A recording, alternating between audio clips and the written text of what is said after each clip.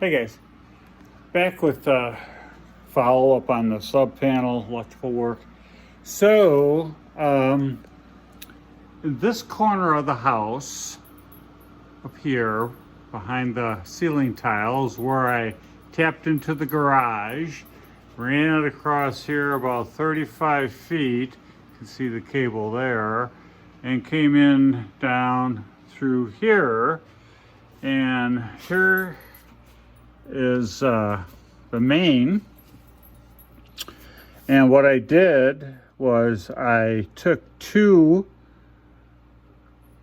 15 and a 20 amp breaker out of there, and I of course didn't have enough to get them all the way into this box that I put in here, but I ran the two leads into a junction box and then ran them into my secondary box here.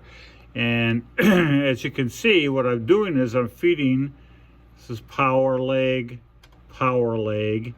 going to here and to here, and this is the common ground, and this is my ground bar here that I put in.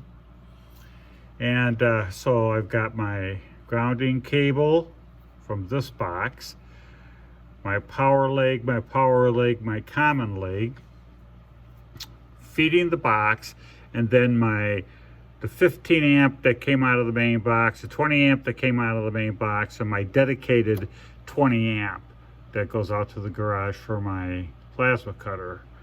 Now there isn't really much more to do other than to clean up here.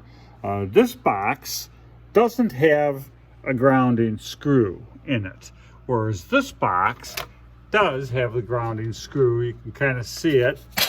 Put this up here. It's right there, grounding screw. We have that in the main box.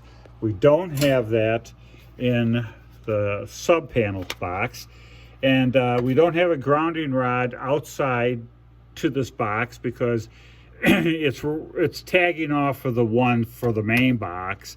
If this were a detached building out in the field somewhere on the property, I'd be putting in an 8-foot grounding rod just to satisfy code and whatnot. So this box is attached to a wood base, as is this one, the junction box. In the junction box, I don't have it tightened up yet. You can see I made my connections there.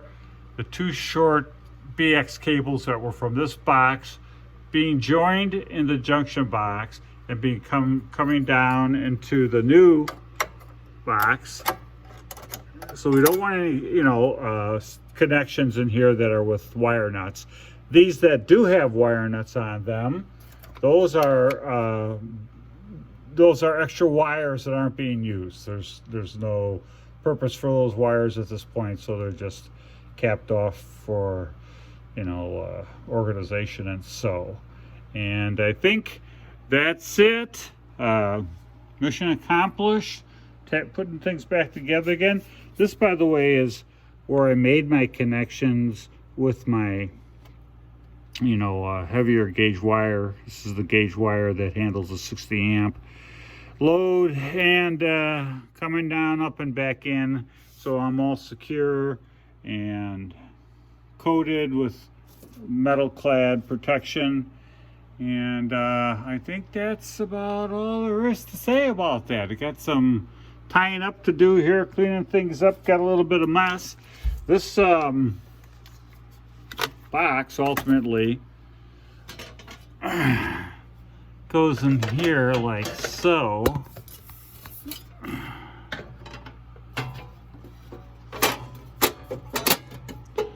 Put a couple screws in here. I got my number 1 rec room outlets, number 2 office, number 3 dedicated garage outlet. And there we go. This will come down like this, lock in place, and we're nice and professional. Put my cover on here, my door, everything is good to go. And I came over here and I already put on my new box here. I took off the old information, put the main principal for the sub panel 60 amp. So we're identified, everything's ready to go on that. So it took me pretty much, Sunday afternoon to get it done. I had to make a couple trips because my breakers weren't the right ones for this box. This box has breakers that look like this on the ends, whereas the new box is a home light model, square D, but it has slits. They're not rather big clamp-on type. They're the slits that slide in. So that's something I should have checked on and been aware of before. I'm making multiple trips. So cleanup time. I hope this helps you guys out. Anyway, signing off. See you later. Bye-bye.